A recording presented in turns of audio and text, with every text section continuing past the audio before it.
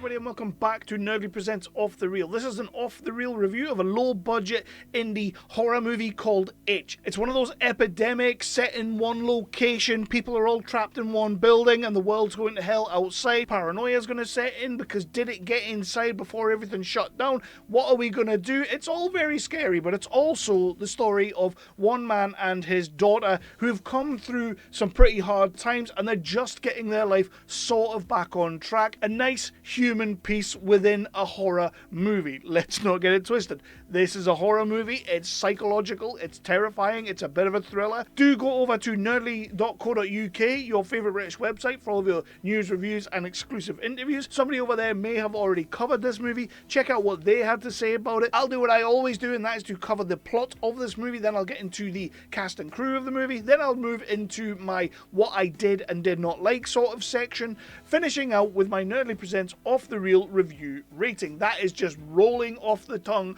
like you wouldn't believe. I used to think I had to shorten that down or change it up a little bit, but now it is just golden. And what IMDb has to say is, an outbreak makes people scratch themselves to death. Strangers take refuge in a department store where panic spreads faster than the infection. And if I'm completely honest, that is it. But we are going to dive a little bit deeper. So we open up and we meet Jay. Jay is the father of Olivia. Jay, played by Bari Kang, the director of the movie, and Olivia, played by Olivia Kang, the director's real-life daughter. We'll talk about that in a little bit. And they are coming off the back of a tragedy. So it looks like Olivia's mum has passed away sometime before the movie started. To be honest, it looks more like the granddad and the grandmother are looking after Olivia while Jay just goes out to work, but he's kind of in zombie mode, which is ironic because that's kind of where the movie's going to go. And the other thing that the tragedy has done is that Olivia has not necessarily decided, but sort of drawn into herself. So she now doesn't talk. She's a bit of a mute, which I loved that choice. So anyway, on the day that we meet them, Jay is off to work, but before he goes to work, he needs to take Olivia to school. And on the way to school, we're hearing on the radio, we're hearing news reports about this itch that's going around. But the way the news is playing it off, or the way the radio hosts are playing off, is that it's some sort of viral trend online where people are just like itching for the sake of itching, not really realizing that actually there might be something else behind it. So he drops her off at school and then he goes to work at the convenience store, and when he gets there he's confronted by Miguel. Miguel used to work for his dad at the convenience store, but he's now been fired. We don't really know why. Lisa's also there and she fills Jay in on the fact that Miguel had been fired. We do have this moment where this random crazy ass customer or crazy ass woman just comes flying through the door, and she's got like lesions all over her face, she's got blotches, she's ripping her skin, she's got itching all over, she's definitely something's not quite right with her, passes out kind of thing on the floor with blood coming out of her mouth. And then we smash cut to the police being there, and the police kind of allude to the fact that there's something else happening out there. We've heard about this itch. He then gets a phone call from the school, and it's kind of like, you're gonna have to come and get your daughter, she has bit another child. We'll talk about that in a little bit. When he comes back, it's now time to really start getting into the movie. And in the store, there's another guy called Henry who wants to buy a blender, and he's trying to help him out. But when he's trying to help him out, there's a bit of a kerfuffle over on the other side of the store, and what we realize is that Miguel has returned with Gabriella. They have returned because they're going to rob the place. Things start kicking off, a gunshot goes off,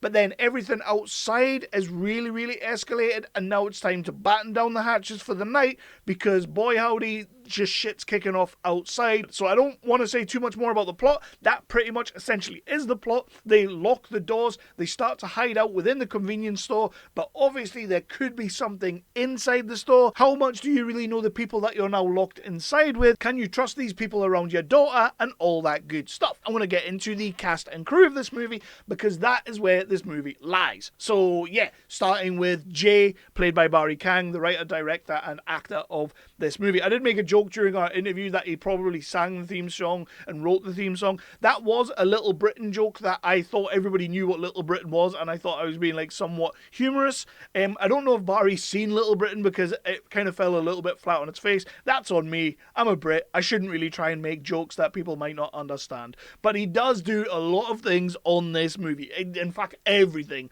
on this movie. But none of that detracts from his performance. I love his performance. Now, I will say, a big chunk of that is down to the father-daughter relationship, and I will say that comes across really well on screen because it is his real-life daughter. He did tell me that was mostly down to budget restraints and not wanting to terrify somebody else's child, because he does terrify his own child in this movie, which I love, by the way. As a father of 3, I love that. But it absolutely works in terms of this child doesn't want to talk, but he's a father that knows the child anyway. So it doesn't matter if she's not going to talk to him. He gets it. Although they are pretty estranged when we first meet them, I think they both play it really well. I think the young girl, I think Olivia, is absolutely tremendous, because if you're not going to have dialogue, if you're not going to talk, and you have to do everything with your eyes, your hands, your mannerisms, she smashes it out the park, and she's kind of used sparingly. That's absolutely fine, because we don't want to put this kid through the absolute mill on this film. Because remember, it is a horror.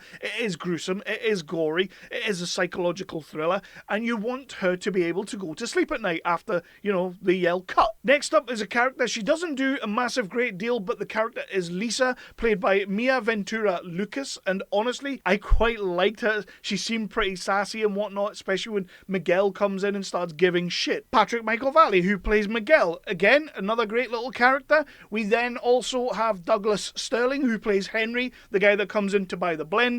Has a really, really nice, touching kind of story as the movie goes on when we find out a little bit more of him. But yeah, I really did enjoy this cast. It's a nice little ensemble cast. Okay, you might not have seen them in anything else. They might not be their most recognizable name. So I'm going to get into what I did and didn't like, and I'm going to start with a little bit of a negative, because obviously I've just talked about the ensemble and how everybody's very relatable, very likable. But I will say that some of the dialogue, especially earlier on in the movie, is a little bit hokey. It's a little bit cheese. It's not nailed on. But as the film does go on and we start to learn more about our people and the story gets peppered and led and all that kind of thing, it gets a lot better. But right at the start of the movie, I don't know, it just feels a little bit clunky. But that is kind of rectified as the film goes on. Maybe it was a case of they all just started getting a lot more comfortable. But something that I do want to comment on is the score.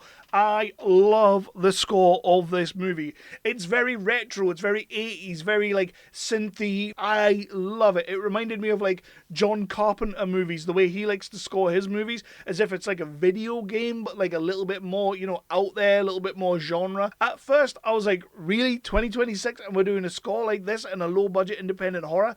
But it totally worked, because it puts you in mind of those films from back in the day, the Dawn of the Dead, The Mist. We love those movies, and when the score starts to make me think about those things, the score does a lot of the heavy lifting, because it also harkens back to those kinds of movies that I absolutely love. I think the cinematography in this film is actually really cool. It didn't necessarily need to be all the bells and whistles, flashbang, wallop, anything like that. There are some moments in the film, like I thought at first my eyes were kind of playing tricks on me, where you get this sort of like grainy effect. I think it's done very effectively, because when you see it, think about the scene that it's happening in, or think about the scenes that it's happening in, it completely makes sense. But there was like this little grainy sort of effect. When the movie does get into sort of the final third and we start to really get to know our characters and they get to know each other, we have a really nice scene set around a table, and I just think that scene is absolutely spot on. Kind of like the Breakfast Club when they're going around and they're telling each other their little stories.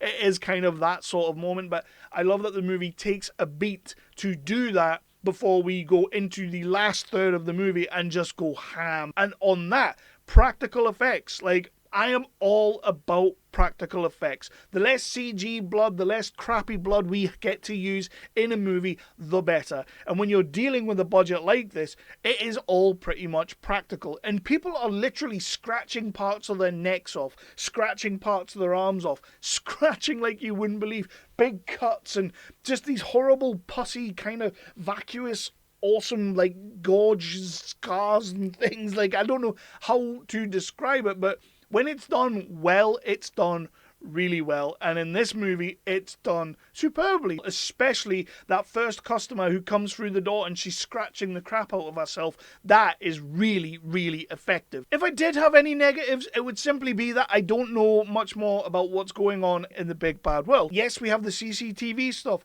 where we're seeing people outside the shop and what's happening to them, but I would have really, really liked to know a little bit more about all that. There's even a moment where you could have maybe done something like that, where I'm pretty sure it's Miguel. Miguel leaves the store to go and get what he thinks is going to be a wonder drug to give to Gabriella because things don't go too well for her. And he comes back, and he could have came back and just been like, dude, it is carnage out there. This is going on. That's going on. There's cars on fire. There's people running around eating people. Like, we could have had something like that. Maybe I even just missed a couple of lines of dialogue, but that would have been really cool so that we could, like, had a little bit more of a sense of what's going on. So I'm going to move into my final Nerdly Presents Off the Reel review rating. And honestly, I think he's done a really, really sensational job with this movie.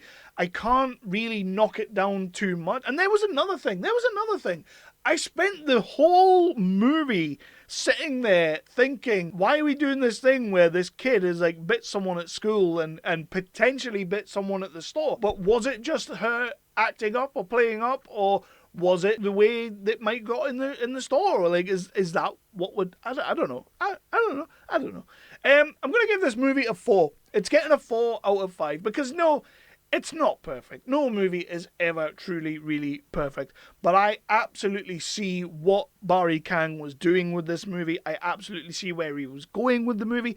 I love all the creative choices he makes in terms of setting it in one location, in terms of hinting at the things outside on the radio and the viral trend that might be happening that they all think is just a bit nuts, which just says everything about society in general. It's a really cool social commentary moment that when you really pick up on it, and you like, yeah, he's trying to say that we're all mindless zombies, which essentially we all are. And that's why they don't take the itch serious, because we're all too busy doing ice bucket challenges and stuff like that. So I like that moment in the movie, but I think those things are really cool. But creatively, he's just made so many brilliant choices. And in terms of making his daughter a mute, such a simple thing to do with his character. And we know that it's because he doesn't want to put his daughter through the ringer. It's so that she doesn't have to learn a massive multitude of 100 million pages of dialogue.